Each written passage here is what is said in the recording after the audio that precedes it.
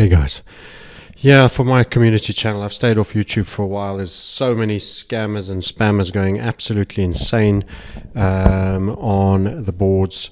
I'd like you to help report them as you see them and retweet the scammers and spammers that are absolutely making it a horrific thing to maintain a YouTube channel. I haven't pushed out in a while.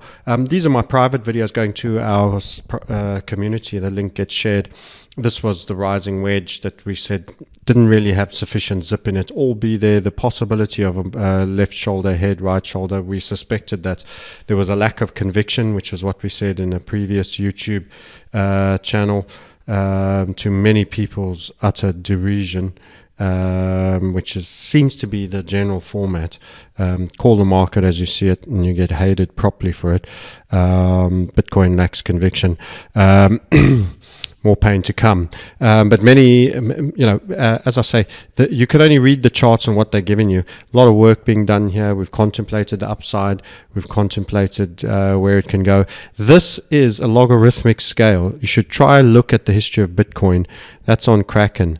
There's an even better one on Bitstamp with a lot of history. Let's just see if we've got it over here. I'm jumping around a bit. It's all change.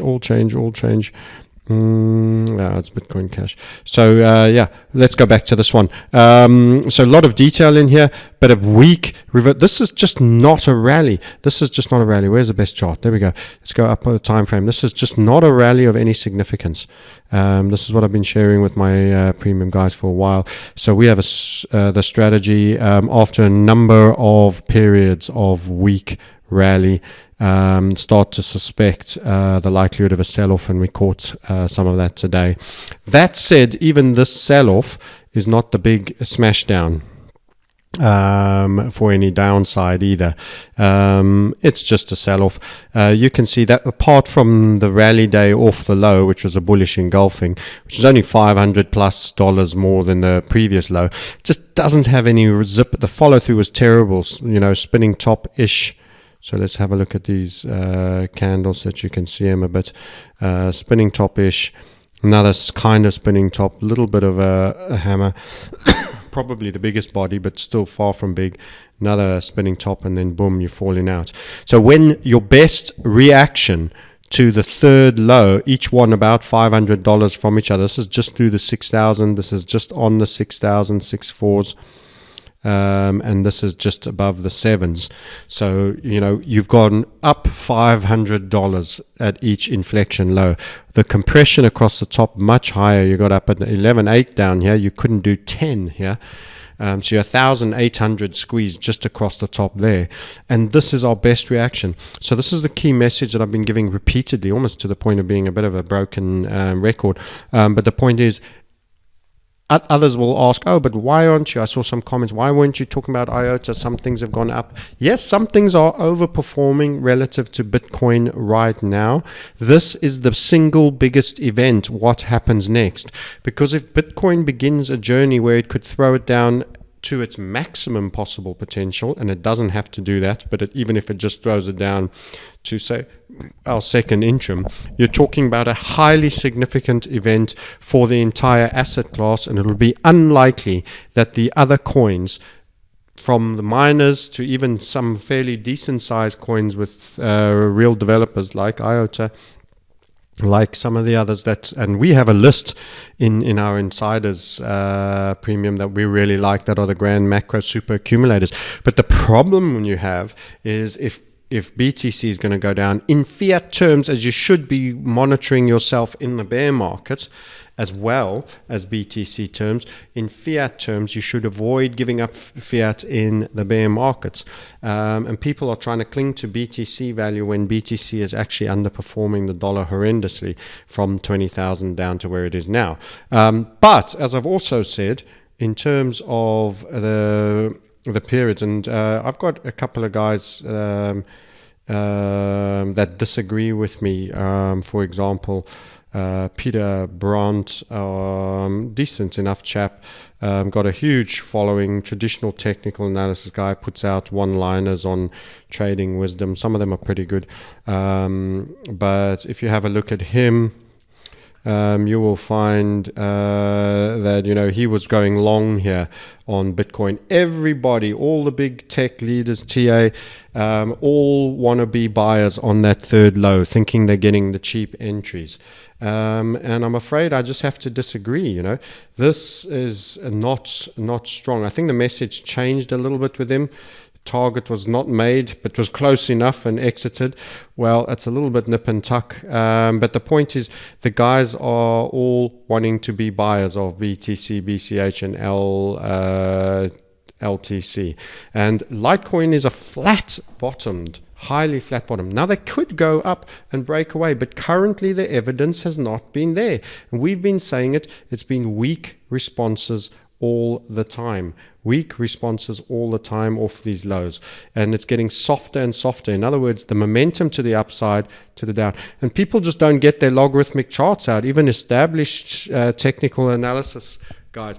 If I get the Bitstamp up, which I'm going to do because I mentioned it now and it's disappeared. Let's go.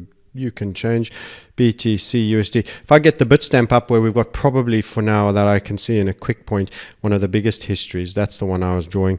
You know, from 2012 odd, you've had bull market, then you had a period of bear. This is what I was trying to highlight here in this nugget. In fact, let's just use this drawing. Bull, and it goes from prior, so it's 2 years plus. So from well before 2011 into it. Now some people will say, but there were some sell-offs there. Those were continuation patterns when you're looking at it on a weekly time frame. That was a continuation pattern, that's a continuation pattern, that's a continuation pattern. There is nothing but upper run. This is on the big enough time frame, the weekly. This is a bull run. Then you came down from something that had approached, gone through the $1,000 mark and was not far off $1,500. Came all the way back down to around 140. That was a bear market. In terms of percentage loss, it's significant. Remember, this scale is logarithmic. And next thing you get, another 3-year bull. And everyone, I've just copied this square and pasted it there. And everyone's saying it's over here. Really? You're saying it can't go down there? I don't know if I agree.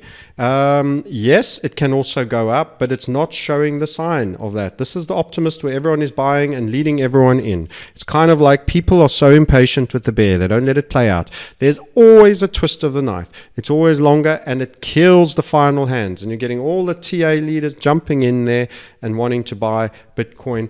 I have not gone long since taking a sneaky. The last 6 or 7 trades I've taken, I had one that was a long, that was a perfect setup, and it was a short hit and run, and it's won. We've won 7 times in a row on the main trade ideas.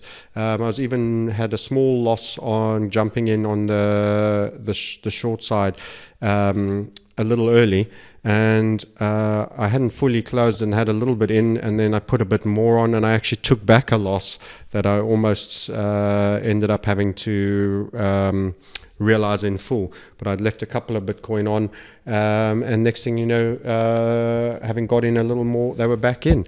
And it's not because of genius trading, it's actually positioning for the trend. Everyone was a long hero in the bull market. Just stop trying to be a long hero in something that is clearly not a bull market. At best, it's a congestion period. And on bias, this is an exceedingly weak reaction to a sustained period of selling.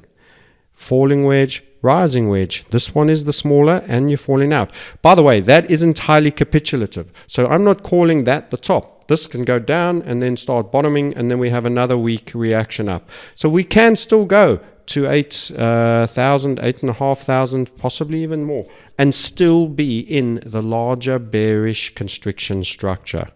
So you're $500 up here, $500 up there on the previous inflection lows, very flat bottomed.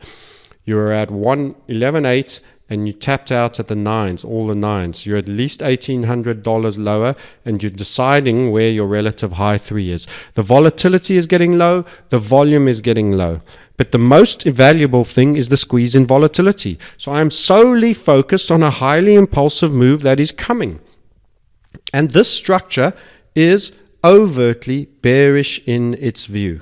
on balance of probabilities. That doesn't mean you can't ever have a highly flat bottom structure that doesn't actually leak up and turn into a first in a twin. It just doesn't happen as often. In other words, this was a trend change event. Don't forget, Bitcoin lost in the 70% there. That was the end of a major melt up move that started down here, guys, in January. This has been nothing. Sideways, sideways, up, bull. Higher highs, higher lows. Continuations, all the way up. That doesn't mean you didn't get some sell-offs, but for the weekly time frame, this was minor pullbacks. You wanted to be net long, and everyone was a hero. Don't keep trying to do the same now. This was a slap in the face event, and this could well, on balance of probabilities, be a move to the downside. That's my take. Could I be wrong? Could all these other guys be accurate? Absolutely, they can. I just think they are betting on the wrong hands. They're having to jump out of targets before they're being met.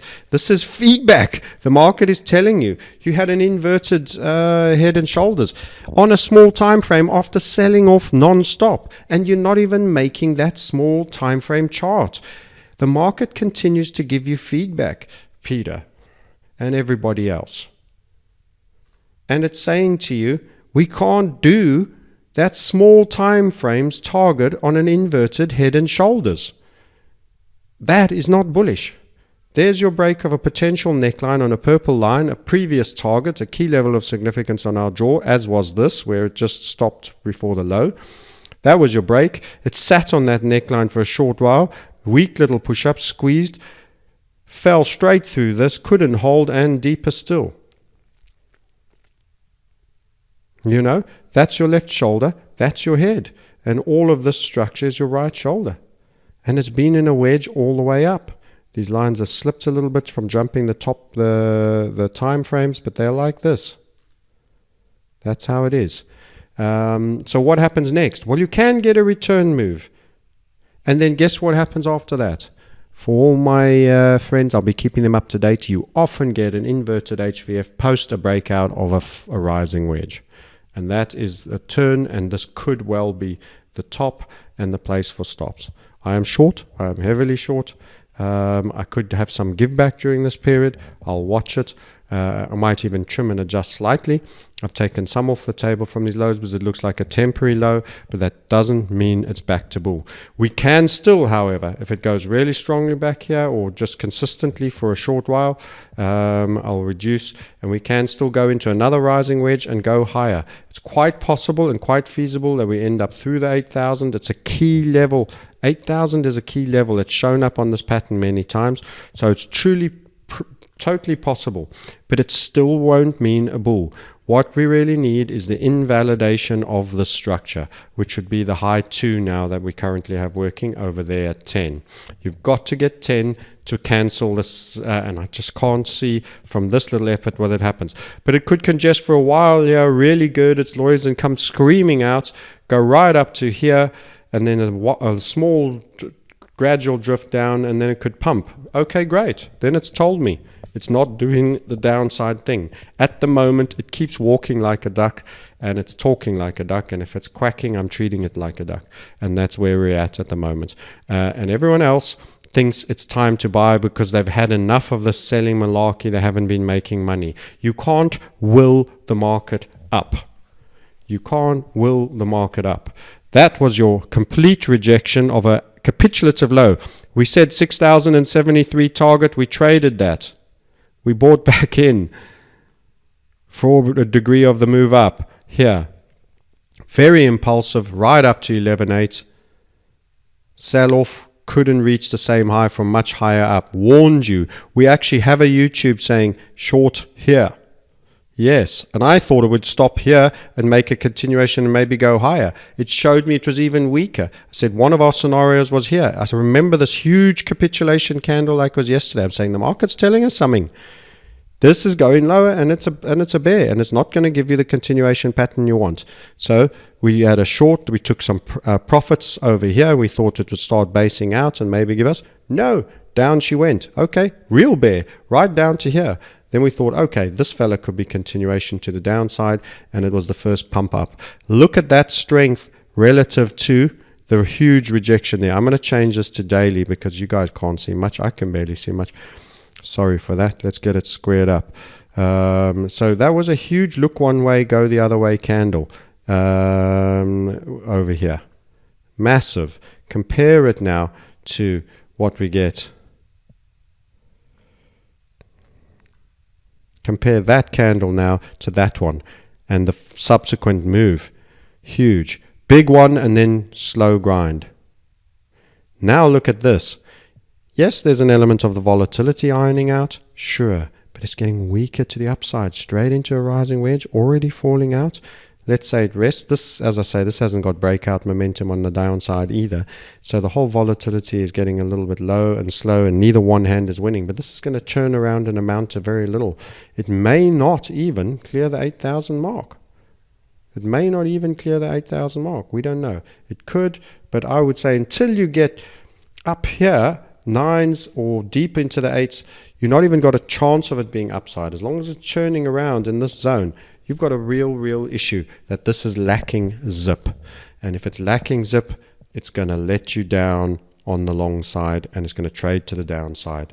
Why be snatching targets as the market turns against you and having to watch your screens? You're on the wrong side. You're trying to pick up pennies in front of steamrollers. Give up the idea of that. Get behind them where you're safe and you can keep an eye on them. And pick up the pound notes, the racks and the 500 euro notes that they're trying to hide and they're not issuing anymore. Go get some big cash by trading on the right side with the market. Anyway, that's my take. BTC in a serious likelihood of at some point, once it decides to top out, for which this might be the first possible, but could be higher up, we're just modeling as it goes, that it eventually will have a real absence of bid and a slam down that will run this low and potentially run that low, and then straight after all the support and resistance traders all become short, it'll have its first rally, which will usually be after the first, possibly the second interim. Then they'll get out with their burnt hands, shorting for the first time, and then it'll spill again. If it were to make targets, it is sub 2K. If it were, doesn't have to, there's no sign guarantee. We're not in the early doors of a bull bear market anymore. We've already had the better part of 75% ripped out of BTC. But it doesn't mean it can't go that low. And people are outraged and shocked and laughing. Good luck. I'm just telling you what's possible. And I will be on the short side and I will be trading it if that's what it does. And I will be on the long side and trading it if it changes its tune and gets really strong and gets a nice high RH3 with a very gradual pullback. That's it. And, there's no belief systems in that. The market will show the way. But everything it's done so far is walking one particular direction. It's got to change its tune a whole bunch. And generally, when you start to get in the business end and you start to get the low volatility moments, there's very little time for changing its tune. It chose its fork. It's chosen which half of the Y it's taking at this junction already. It's got to do some real last minute maneuvering. Handbrake turn time, buddy, to switch to the other side. That's my take. Anyway, love you and leave you. That's it. Help us clear out the scammers and spammers. Let's try keep the industry clear. Give us retweets. Let's get these guys on a list. Let's keep people from chasing fake hope and dreams of 100x with Zilliqa and all of these scams. Play safe and defend your crypto. It doesn't matter if IOTA is going up higher relative to Bitcoin. If the whole parade takes a massive dump, you should manage by asset class as well. Get super macro. Don't be a crypto solely believer at the wrong season. You're entitled to protect your net worth, your family's net worth, the future of your children, and to get back in a whole bunch cheaper. You don't have to be the bag holder. You don't have to be that guy because you're working for something and you've got morals and these shorters are bastards. Okay. All right. I'll leave you there. Have a nice evening. Play nice.